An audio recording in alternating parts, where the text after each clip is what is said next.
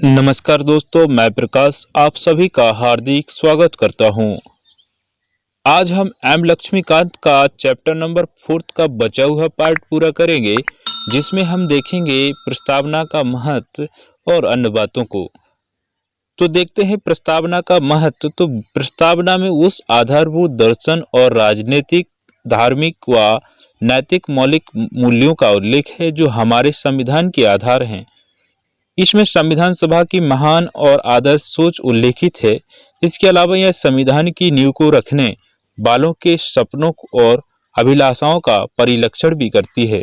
संविधान निर्माण में महत्वपूर्ण भूमिका निभाने वाले संविधान सभा के अध्यक्ष सर अल्लादी कृष्ण स्वामी अय्यर के शब्दों में, संविधान की प्रस्तावना हमारे दीर्घकालिक सपनों का विचार है।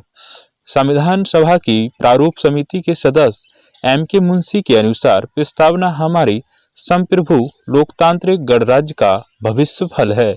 संविधान सभा के अन्य सदस्य पंडित ठाकुरदास भार्गव ने संविधान की प्रस्तावना के संबंध में कहा, प्रस्तावना संविधान का सबसे सम्मानित भाग है।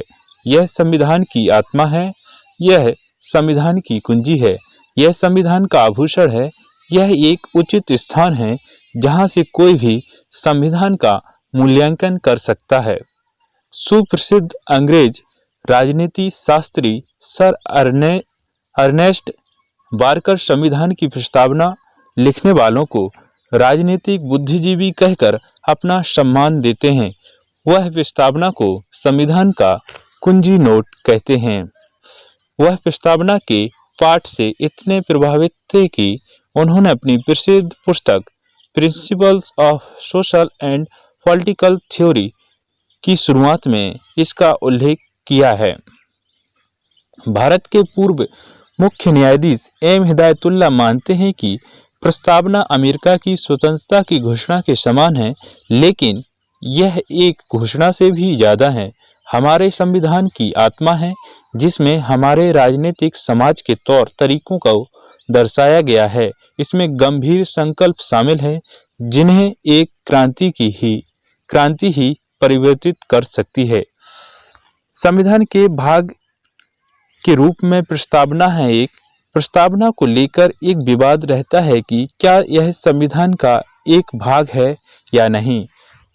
बेरुबाड़ी संघ मामले 1960 में उच्चतम न्यायालय ने कहा कि प्रस्तावना संविधान में निहित सामान्य प्रयोजनों को दर्शाता है और इसलिए संविधान निर्माताओं के मस्तिष्क के लिए एक कुंजी है। इसके अतिरिक्त अनुच्छेद में प्रयोग की गई व्यवस्थाओं के अनेक अर्थ निकलते हैं। इस व्यवस्था के उद्देश्य को प्रस्तावना में शामिल किया गया है। प्रस्तावना की विशेषता को स्वीकारने के लिए इस उद्देश्य के बारे में व्याख्या करते हुए उच्चतम न्यायालय ने कहा कि प्रस्तावना संविधान का भाग नहीं है। केशवानंद भारती मामले 1973 में उच्चतम न्यायालय ने पूर्व व्याख्या को अस्वीकार कर दिया और यह व्यवस्था दी कि प्रस्तावना संविधान का एक भाग है। यह महसूस किया कि प्रस्तावना संविधान का अति महत्वपूर्ण हिस्सा है और संविधान की प्रस्तावना में उल्लेखित महान विचारों को ध्यान में रखकर संविधान का अध्ययन किया जाना चाहिए। LIC ऑफ इंडिया मामले 1995 में भी पुनः उच्चतम न्यायालय ने व्यवस्था दी कि प्रस्तावना संविधान का आंतरिक हिस्सा भी है। संविधान के अन्य भागों की तरह ही संविधान सभा ने प्रस्तावना को भी बनाया, परंतु जबकि अन्य भाग पहले से ही बनाए जा चुके थे। प्रस्तावना को अंत में शामिल किए जाने का कारण यह है कि इसे सभा द्वारा स्वीकार किया गया। जब प्रस्तावना पर मत किया गया तो संविधान सभा के अध्यक्ष ने कहा, प्रश्न यह है कि क्या प्रस्तावना संविधान का भाग है। इस प्रस्ताव को तब स्वीकार कर लिया गया, लेकिन उच्चतम न्यायालय द्वारा वर्तमान मत दिए जाने के बाद कि प्रस्तावना संविधान का भाग है, यह संविधान के जनकों के मत से साम्यता रखता है। दो तथ्य उल्लेखनीय हैं। जैसे पहला, प्रस्तावना ना तो विधायिका की शक्ति का स्रोत है और ना ही उसकी शक्तियों पर प्रतिबंध लगाने वाला। दूसरा, यह गैर न्यायिक है, अर्थात इसकी व्यवस्थाओं को न्यायालय में चुनौती नहीं दी जा सकती है। अब बात करें प्रस्तावना में संशोधन की संभावना है या नहीं, तो क्या प्रस्तावना में संविधान की धारा 368 के तहत संशोधन किया जा सकता है? यह प्रश्न पहली बार ऐतिहासिक केस केशवानंद भारती मामले 1973 में उठा। यह विचार सामने आया कि इसमें संशोधन नहीं किया जा सकता क्योंकि यह संविधान का भाग नहीं है। याचिकाकर्ता ने कहा कि अनुच्छेद 368 के जरिए संविधान के मूल तत्व व मूल विशेषताओं जो कि प्रस्तावना में उल्लेखित हैं को ध्वस्त करने वाला संशोधन नहीं किया जा सकता है। हालांकि उच्चतम न्यायालय ने व्यवस्था दी कि प्रस्तावना संविधान का एक भाग है। न्यायालय ने अपना यह मत बेरुवाड़ा संघ 1960 के तहत दिया और कहा कि प्रस्तावना को संशोधित किया जा सकता है बशर्ते मूल विशेषताओं में संशोधन नहीं किया जाए।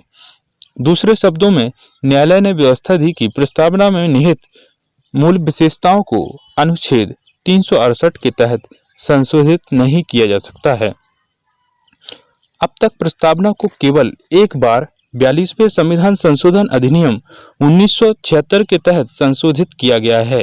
इसके जरिए इसमें 3 नए शब्दों को जोड़ा गया है: समाजवादी, धर्मनिरपेक्ष एवं अखंडता। इस संशोधन को वैध ठहराया गया। इस प्रकार से हमारे संविधान की प्रस्तावना का महत्व हो जाता है। मिलते हैं अगले वीडियो में नए वीडियो के साथ। तब तक के लिए नमस्कार।